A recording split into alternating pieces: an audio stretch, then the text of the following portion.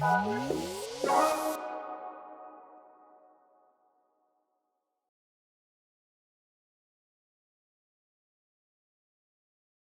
everyone. Let's get this talk underway. My name is Denis. I am a lead software engineer at a Swedish company called Threaten37. And I've been a software engineer for about 10 years now. And apparently, I still need to look at the prompt to remember this. So, and I'm currently occupying a role as a software architect in an enterprise automotive company where I mostly work on architecting, maintaining, and developing highly scalable and highly performant cloud-native solutions. You can find me on any of the listed social platforms where I'm mostly, I'm mostly active on GitHub. Otherwise, on other social platforms, I'm sort of a lurker. But I do blog, and I do it occasionally. So yeah, if you like, visit my Dusty blog, and let's get this underway. So today, I'll be talking about a couple of seemingly disconnected topics, namely OpenTelemetry and Roslyn. And we are going to look at a solution which is going to help us connect this topic and then maybe produce something of value going forward. So let's set the stage. Let's start with a story as old as time, or at least computers. I have yet to meet a software engineer that hasn't come across this particular problem in describing the following scenario. So let's say you start working on a large software system. You're a couple of weeks in, and you get a ticket. It's a bug, right? You open the ticket, and the first thing that pops up is a screenshot of the error. No reference exception. Anyone got this one before? Yeah. There. Anyway, you start exploring the ticket, and somewhere in the comments is a hidden correlation identifier. You somehow get access to the servers. You go on the server, you find the particular log file, you press the old Control F combo, and you try to find this correlation ID, right? You find a single log entry that states object reference not set to an instance of an object. Okay, you dig a little deeper. You find out that there is a stack trace with a couple of stack frames. And in one of these frames is a line, a source code line that specifies where this exception was thrown. You open a solution, you go to that particular line, and you try to set up a scenario which will allow you to sort of repeat this exception all over again. And man, debugging can be a really tedious thing, right? So if only there was a way to streamline this boring process of going through these loops over and over again. If only our application was a bit more observable. And this is where OpenTelemetry comes in. But not particularly OpenTelemetry, but frameworks that allow you to make your applications observable, right? So in our particular case, OpenTelemetry provides a single open source standard and a set of technologies to capture and export metrics, traces, and logs, and probably also some other types of signals. In short, it makes your application observable, right? So we are now at the observability part. But what is observability then? Well, observability, also known as O11Y or OLI, by the way, this just stands for the fact that there is 11 letters between O and Y, similarly to Kubernetes, for example, K8S. And okay, this is observability. So to recap, observability is the extent to which you can understand the internal state of a system, a complex system usually, based only on the knowledge of its external outputs or signals. So we have this problem now, and we are trying to find a solution in OpenTelemetry or in any other observability framework that will allow us to solve the problem in an easier way. So let's look at particular signals here. Let's start off with logs, for example, right? These usually help in situations where you find a bug and you're trying to dig to the source of the bug and find a solution. But in our case, we only have a single log message. We have absolutely no context around it, and yeah, this single logging entry is actually what got us into this issue in the first place. So maybe let's move on. Okay, metrics. Yeah, let's not. This is a metric that is going to be very helpful to my manager for finding out exactly how many null reference exceptions I've caused. But let's just skip this one. Okay, so the only thing we have left is traces. So traces provide sort of an ordered, correlated view of what the particular operation within the system has spent its time doing and what events it produced along the way. That's a great thing to use for troubleshooting exceptions, right? Yeah. So let's use traces. Okay, so now we have a problem defined and we know the solution, or at least we want to enable telemetry within our application to use traces. So let's just switch over and start a demo. I'm going to open my Rider instance and take you to a pre-made solution. Now, you can say that this is a very simple web application with a front-end client, or you can say that this is an old legacy system that has thousands and thousands of different functionalities and it's been there for years, right? This is the problem that we are solving. So this application has a single minimal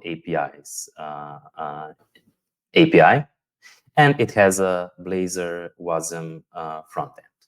And let's just quickly start this application to see how it looks like and what it does. Yeah. Okay. Let's restart this one. Yeah.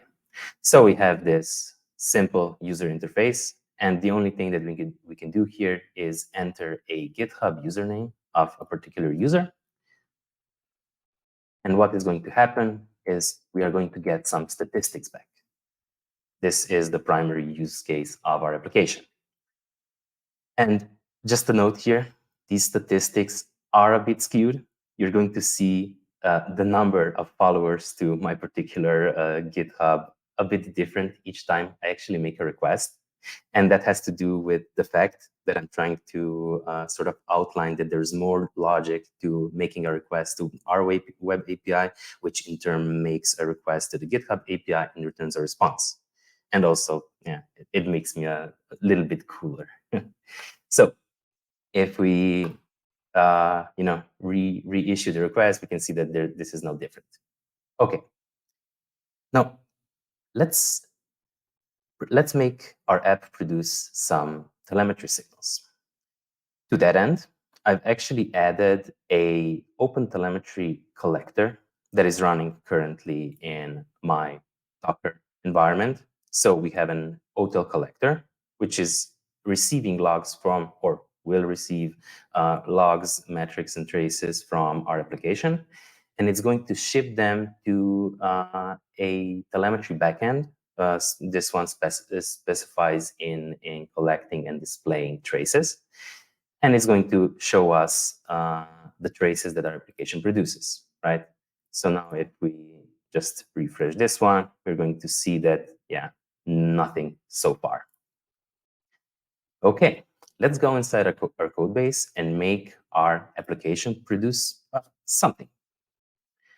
So we have this stub method here that we want to add some telemetry to. So let's add a couple of lines of code here. And shut this application down because we don't need it. So what we did is we added the services needed for OpenTelemetry to do its thing.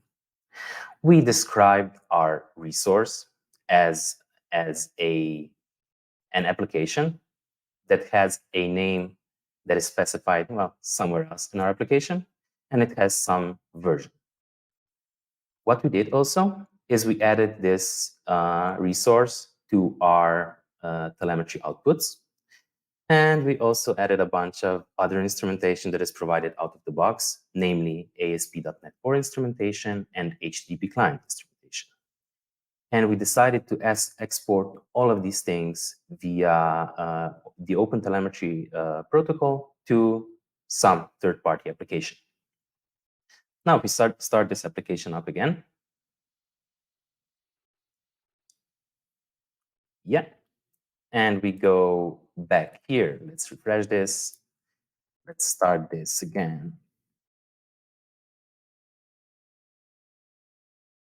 We have something. And now if we switch over to our Jaeger instance, we are going to see that there was suddenly a service added to the list of available services.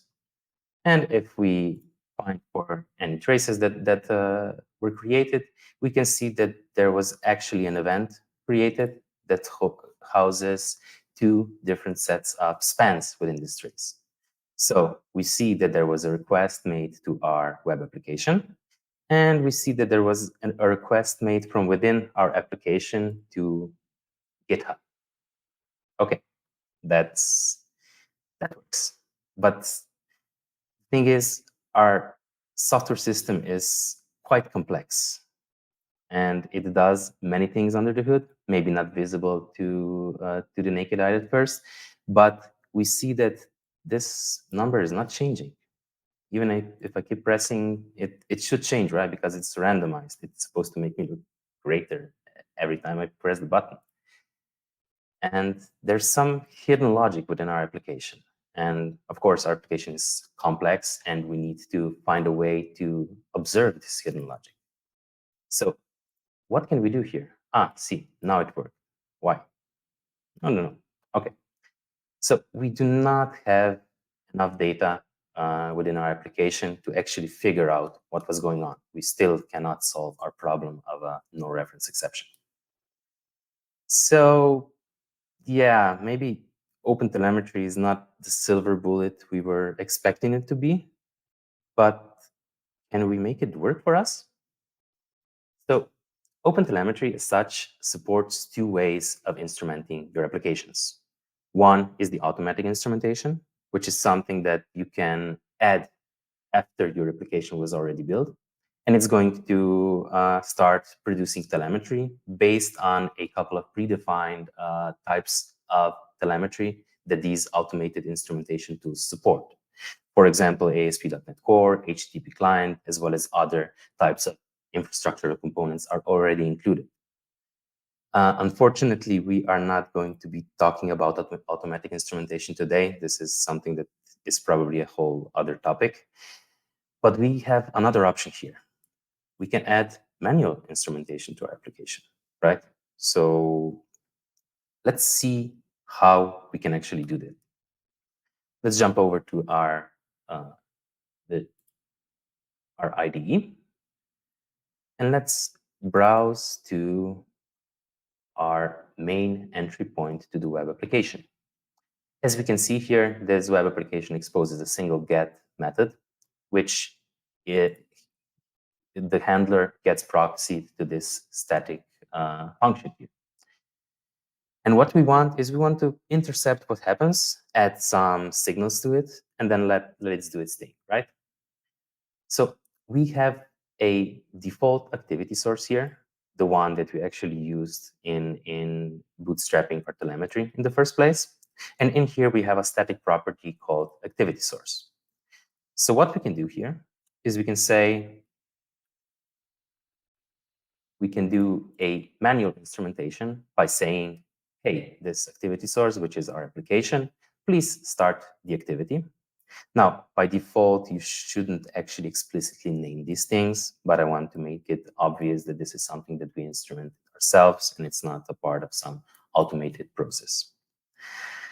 Also, what we can do here is we can say activity If someone is listening, this is why the question mark. If no one is listening to this activity, the activity is not going to be created. And we can say, okay, everything worked just great. Also, what we could do is we can add some events to this activity, right? We can add some other tags to this particular activity, which is going to just add more and more context, which may be useful in the long term. Okay, so we have now manually instrumented our application. Let's see if that actually works.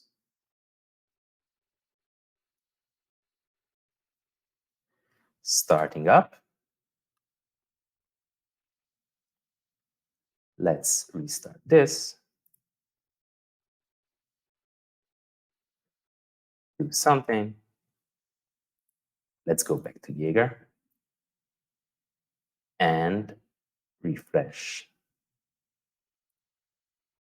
And we can see that there was an activity created again, but this time it contains 3 spans. One is the one from ASP.NET Core, the other one is the one from the HTTP client, and then there's one that we actually manually created, right? So now we are gathering more and more visibility within our application, and we know more of what our application does. Okay, so we got that working. And now we're just going to make a slight change to our application just to allow us to not switch between Jaeger UI and our application, and also to showcase what OpenTelemetry is also capable of. I'm going to add a component to our main page. And this component will allow us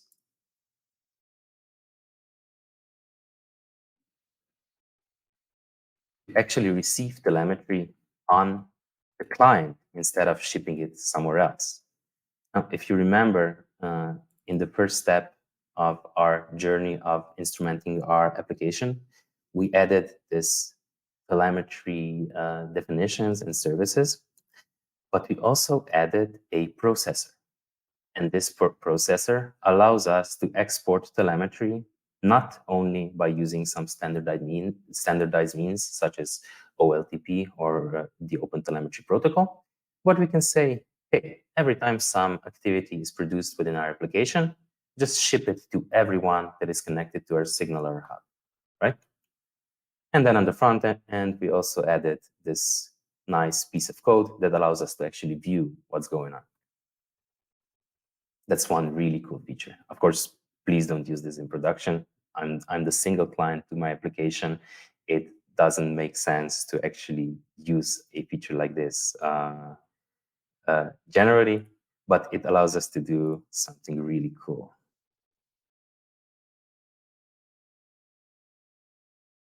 Great. We got the data back, but now we also have the traces that were produced within our application on our front end, so we can see them more clearly. Okay, the issue still remains here. We have something from ASP.NET Core, we have something from HTTP client, and we only have that little thing that we needed to manually instrument for our application. So we need some other way to make our application more observable. Let's go back to our slides and think about what could be a way to do this. So we have a web API application, which has a single entry point.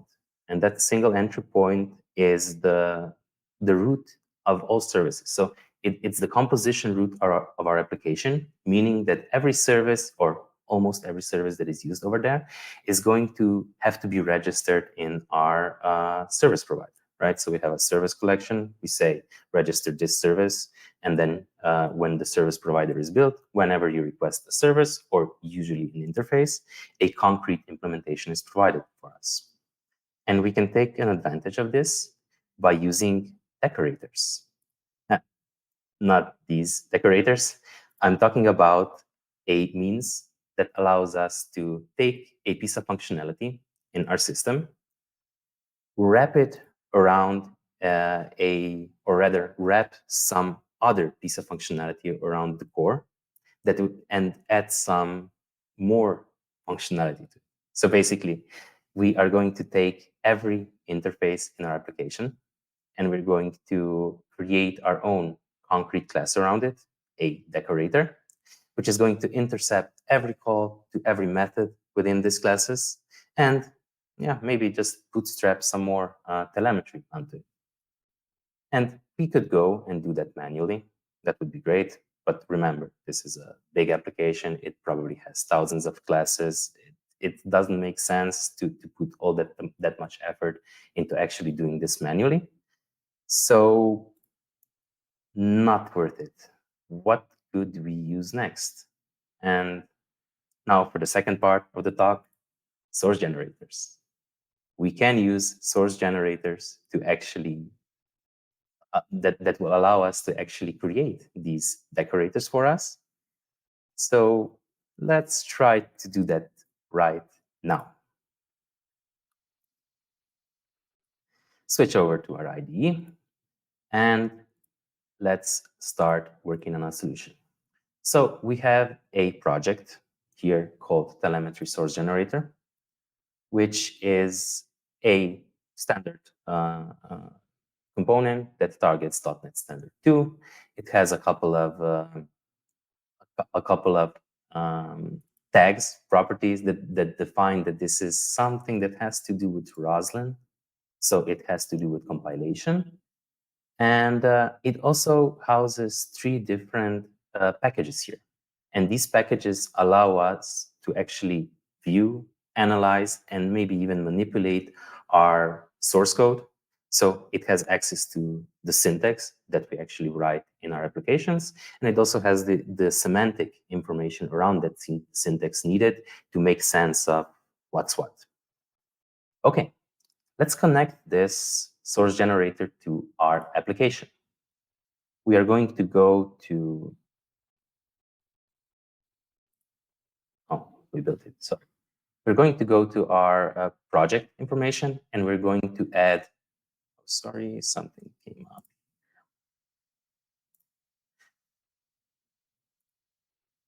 We're going to go to a project file, and we're going to add the source generator as an analyzer. Now, usually what you do is you get these analyzers as NuGet packages, so you don't actually need to have a project reference within our solution, but this helps to sort of move things along and develop things as we demo everything. So we are going to reference this project, and we're going to say that this is an analyzer. This means that the compiler will know it has something to do with compilation and maybe a participant in the compilation process itself. We're also going to say that we do not wish to reference the output assembly. Why this is important? Well, it only makes sense to use this package during the actual build. This means that the artifacts we produce, well, we don't want to include it in our final product because no one actually needs it and it increases the size of our application. So we say, don't reference anything, just use it for the compilation part. Okay. The next thing we are going to do here is we're going to go to our source generator and we're going to start generating some source. And to do that, we are going to create a class that derives from or implements an incremental generator interface, which in turn exposes a single public void initialize method. And we're going to specify that this is a generator and it's generating C#. Great. Next thing we need. Well, we need a sort of a point that will allow us to generate telemetry. That is why we're going to register the output for this telemetry. Now, what is this exactly? We've seen it in the start, where we needed to specify a default activity source for our application. So in that case, we could just use that, but we don't need to explicitly provide it. So let's make the compiler a bit harder here. And to that case, the compiler actually creates this for us. We don't need to do it. Of course, we can, and it makes sense if you want to overwrite and provide some of your defaults, perfect. Otherwise, the Roslyn source generator can take care of the, let's say, heavy lifting. So in our generated code, there was a syntax tree created. Why I'm saying a syntax tree and not a file, because the files you actually see here usually do not exist on the disk. They are a part of the compilation. They are generated during compilation, but they are not output to any physical media, just because the compiler doesn't actually need them to be, right? We have this cool little feature in Rider that allows us to actually view the generated source. And what we created was, basically exactly the same thing as we needed to do manually beforehand. Okay, so we got the prerequisites out of the way. Let's see what else do we need to create. Well, we need to go in our application and we need to decorate all of our interfaces, right? And I'm not going to go into details on each of these implementations, but let's just see for a brief second of how we can actually decorate our interfaces.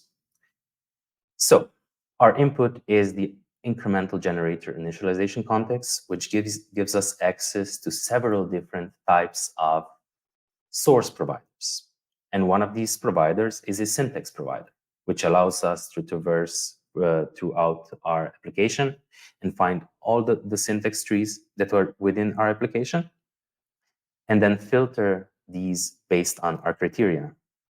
And what we're looking for is interfaces that are public. Of course, these could mean private or even internal interfaces. We just decided to do this only for public types. And then we need to extract some pieces of information that we find valuable in this case. We are going to combine everything up with the assembly information provider, which is just another type of provider that does not provide syntax, but it provides us with the ability to view, properties of the assembly that we're trying to generate code for. Okay, next thing we need to do is we need to register some provider for a source output. Now, this action is going to be executed later by the compiler. It may be executed several times. It may be canceled between, but in turn, what will happen eventually is we are going to produce a source. And this source is going to have some kind of a hint name, which again is not a file that is somewhere on the file system, but it's just a symbolic information that allows a bit of a clearer visibility of what was created. Right? And that's pretty much it. By the way, we are using a syntax rewriter here, or maybe even cannibalizing it. So the input is our interface, and the output is our generated decorator class. And what we get in turn is for each of the interfaces is this class, which actually implements this interface.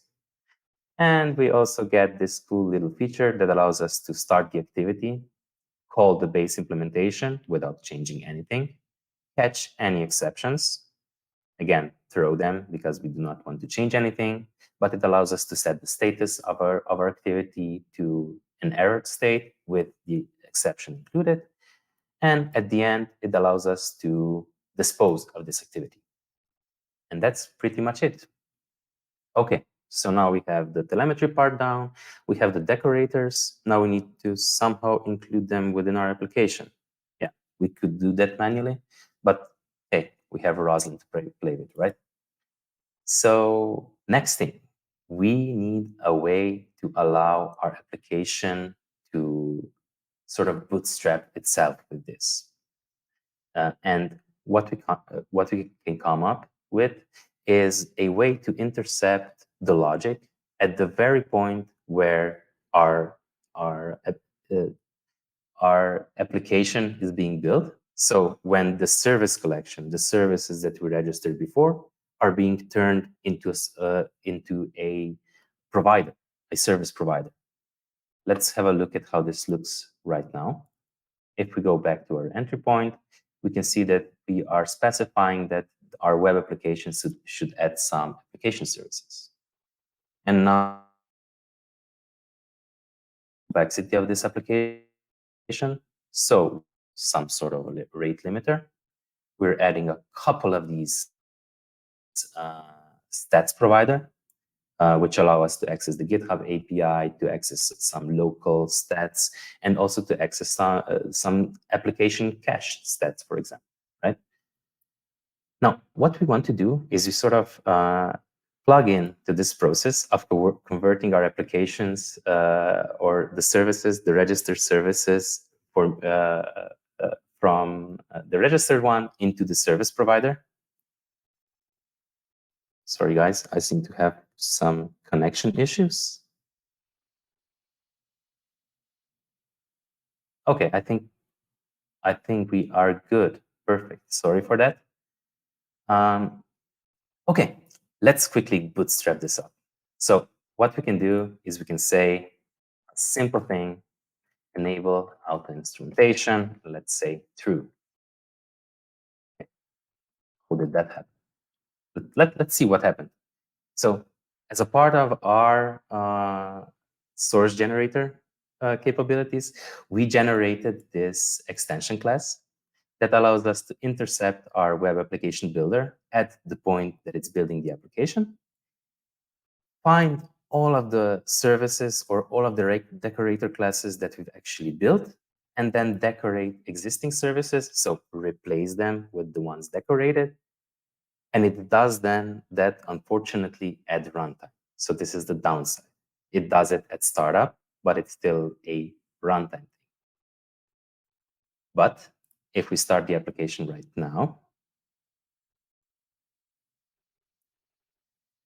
and it has started, let's go over to our front end. Let's type in my name. Oh, now we get a lot more information that we can work with, right? So we're starting again. Nothing has changed from the start. We have an ASP.NET Core telemetry source that is providing us with this sort of an input into our application. We have our manually instrumented handler, and then we have a load of other handlers that we actually instrumented, sort of automatically manually instrumented ourselves. And yeah, that is far more information. Let's have a look at this in our Jaeger UI, just to see the extent of the information that we actually got here. So we have this operation that is fully described with every call to every method that has every piece of information that you could possibly need to at least start debugging our error, right? One cool thing here is that we can also see the graph of what our application is doing, right? So we're starting the request, we're going into our handler, we are going into our GitHub stat service. We are then doing two things at once. First of all, we're validating if the request was correct. Then we are going to the cache service stats provider. Then we are going to some stale local stats provider. So we are caching things in our application and then in our file system again. Then we are going to some rate limiting stats provider. And then finally, if everything works correctly, we are going to the actual GitHub API to see the statistics. Perfect, right? So now let's start this again. It got to the GitHub API. Now let's start it again. Now it didn't. Now it stopped at the cached provider. So we can see that the application behaves a bit differently based on some circumstances, right? And if we press this again, ooh, okay, there was something. We didn't hit the cached stats provider because there was a miss in the cache, but we tried to get it from our GitHub API, but we rate limited it. So the application behaved differently as well. And that's it. That's the information that is needed to actually start debugging our applications. And yeah, source generators to the rescue, right? Yeah, but there are things that are missing here. So first of all, it only makes sense to decorate interfaces. It gets much harder when you start dealing with concrete services. It's very easy to intercept the creation of an application to provide these decorated implementations if you have a single source of these things. So if you have a single input, a single composition root, then you can sort of go around it, intercept the creation of our application, and then decorate it. But what if you start newing up things all over the place? Then source generators kind of break down. The issue here is that they are not allowed to manipulate the existing code base. They are an additive approach, so they can only add source code to your application. They cannot change it. And yeah, these are the downsides. So I guess this is the end, or is it? So in a couple of months, we are going to receive a new version of .NET. Yay. And with that, a new version of the compiler. And with that, a feature called the interceptors. Now, interceptors are coming up in .NET 8, and of course, you can try playing with them in RC version that is go live right now. But they come with some of the disadvantages which I want to talk about before we actually go and see what this is all about. First of all, they are a preview feature. This means that while they will be added to .NET 8, they're going to be behind a feature flag, and they are subject to change or removal in some future version. So keep in mind. Also, there are limitations that apply to our source generator, our interceptors. For one, they can only intercept classic method calls. There can only be a single interceptor. And yeah, you need to allow the actual preview feature to be a part of your project. So let's just, for sake of trying, let's try to generate our telemetry using interceptors. Okay, let's go to our application, and we are going to do a couple of things here. First of all, we are going to go to our web API, and we are going to allow interceptors to actually be used in our application. And we can do this by adding interceptors preview feature. This is what allows the compiler to actually see, okay, we can use interceptors, start looking for them. Next thing we need to do, as I mentioned, we need to use .NET 8 or a variation of it. So let's go and change our .NET 7 web API. And I'm trying to find the global, here we are. And let's change it to our RC version. And of course, this is a pre-release version. So let's set this to true. And now the third thing we need to do is we need to delete a lot of the code that we do not actually need. So let's go into our source generator and let's remove all of these things. We do not need them. The only thing we need is the output for interceptors. And also what this means is that we do not actually need to instrument our application explicitly. It's going to be done for us by the compiler. So right now, if we build this project,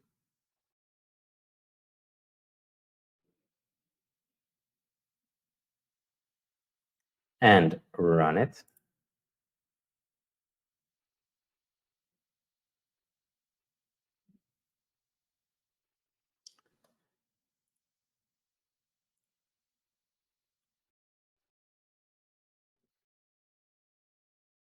we're going to see that we get basically the same things with a little extras. So somewhere in the application is a rate limiter that does not implement an interface. Somewhere in the application is a local stats file repository that unfortunately is newed up somewhere in the source code and not in our service provider. So now we get the exact same same activities being created, but we get a lot more information in here.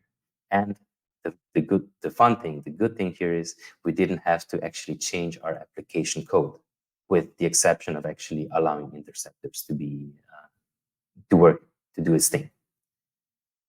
So before we conclude this, let's just have a look at how interceptors actually work, or what are they exactly. So in this initialized stage, we are going to register the output for interceptors. And in here, we are going to get, well, some syntax that we're interested in. And what we're interested in is syntax or method invocations. This means that we are looking for any place that invokes some piece of code, something like that, right? Then what we do is we generate static extension-like methods around it, and add an attribute to them. And let's see some examples again with the source-generated code. So we add an intercepts location attribute. We point it to a file. This is my particular file on my particular machine, or at least it looks like. This is actually the normalized file. It just points to where the file was located during the actual build time. And that's enough for the compiler to actually build the solution. Next thing, we are going to provide a line, which is the line where the invocation starts. And we're going to provide a column, which is, again, the column where in that line where the first letter of the invocation method is actually being called. Just a quick note here, this is a one-based index. So lines don't start from 0 and columns don't start from 0, but from 1.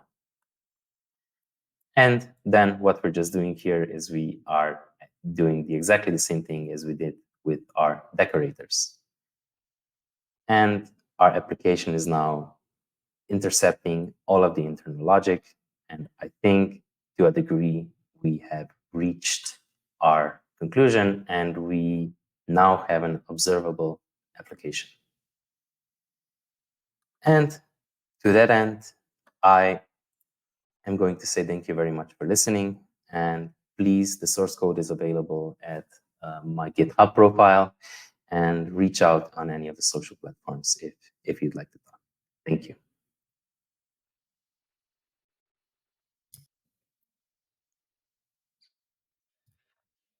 Someone removed me again.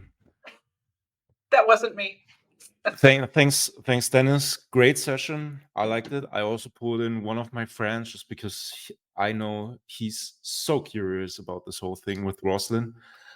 Before we get into questions, man, chat was out of control about the debate about light and dark theming, etc. I just have to tell you, I have 2 key lights shining in my eyes, and it looks like Dennis might have the same. Yeah, our eyes also are burning. Right. No, all good, all good. I'm also voting for light theme usually. But yeah, we see a lot of people say dark mode. Anyway, so I will start with one of the questions, exactly from Stefan, my Roslyn source generator curious friend. How did you get into Roslyn in general and source generators in particular? Really good question. So yeah, I actually started with exploring what Roslyn can do. In recent years, Roslyn has become sort of available to everyone, right? Everyone can be a part. Everyone can actually learn how to create components that are a part of the compilation.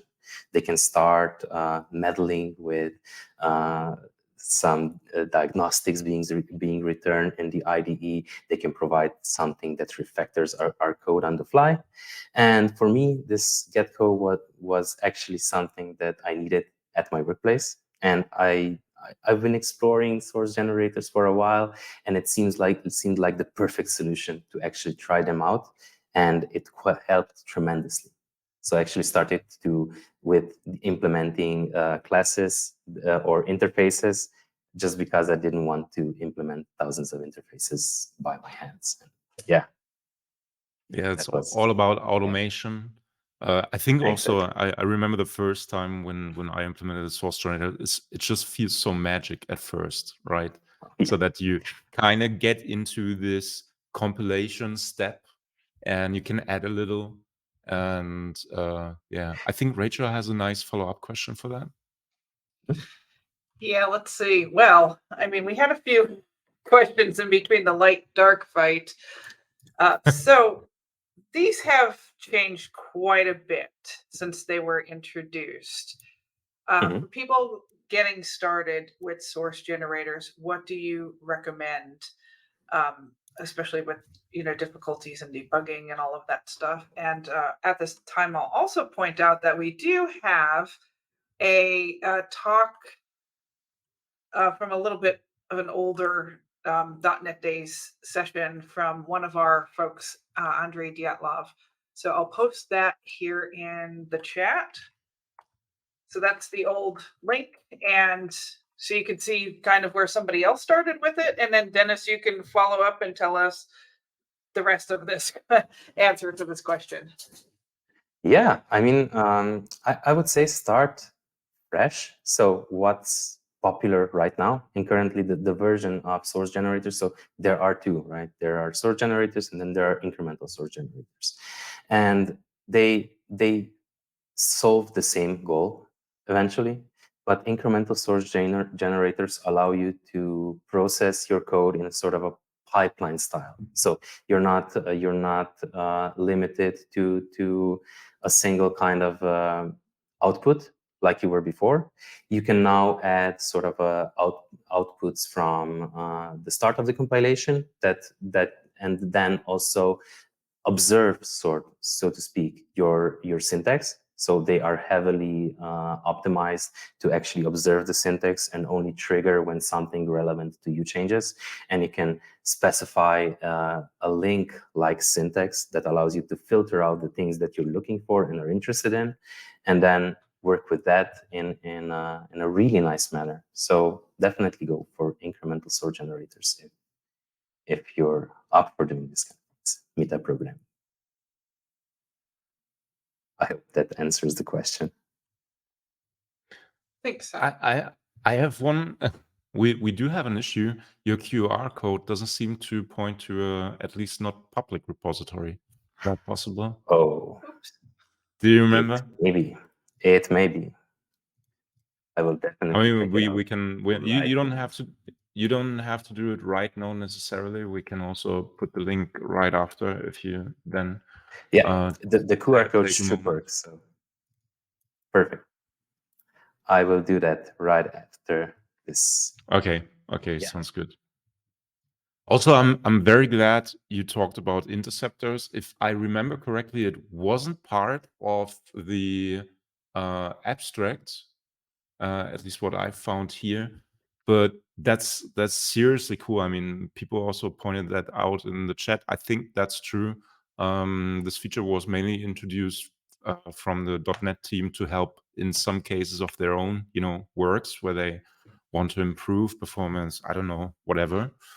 But it is a significant step into the direction of more AOP, let's say, in .NET. That's which what I was is thinking this whole time. I'm Definitely. like, oh, aspects, and yeah, that really gave me those vibes. Was it just me? Because that was your topic in uni, right, Matthias? How do you know that? I think you told me that. I think we were talking about that once. So, but you have good memory, Rachel. Then might be that I mentioned that before. Yeah, back then I remember it was main. So, sorry, Dennis, you go ahead. No. It's a really interesting thing.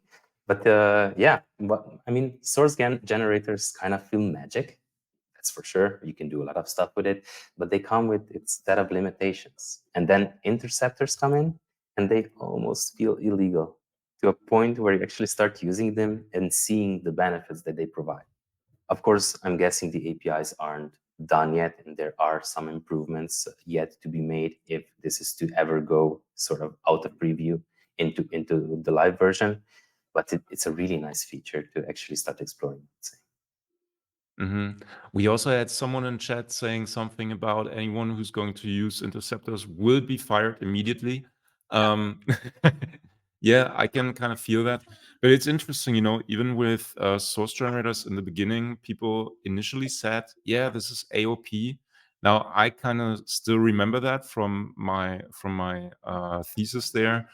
AOP is mainly also about obliviousness. So the code shouldn't know about that other code is attached. And with source generators, usually you don't have that because you add attributes and all that stuff. Interceptors with this kind of point cut language are much closer already. I mean, yeah, we can probably debate about this whole thing. The main point is you can use this for actually pretty helpful stuff. I think Stefan, I'm not sure if he posted the question in chat, but he told me, at least in our DM. Can you kind of estimate how much this source trainer saves you from manual work? That's a good question. That really depends on the context of what you're trying to achieve, right? So if we just look at the things that we've been presenting right now, let's say you have an enterprise application and you have thousands of classes or thousands of interfaces that you really want to instrument with some sort of telemetry. Well, that saves you a lot of grunt work to start up, right? It doesn't make sense to actually generate source code for some particular issue that you only found in one place. But when you're trying to build something at scale, then it probably saves you a lot of time. Yeah, most certainly. Also, you're less error prone, let's say, to forgetting, for instance, to add an attribute or stuff like that. Yeah, if your source trainers just scan for maybe even also an interface or public methods, etc., that's much less, or actually not error prone at all if you follow the convention. You actually take the human factor out of it. So if the human Exactly. makes an error during development, that of course can be mitigated.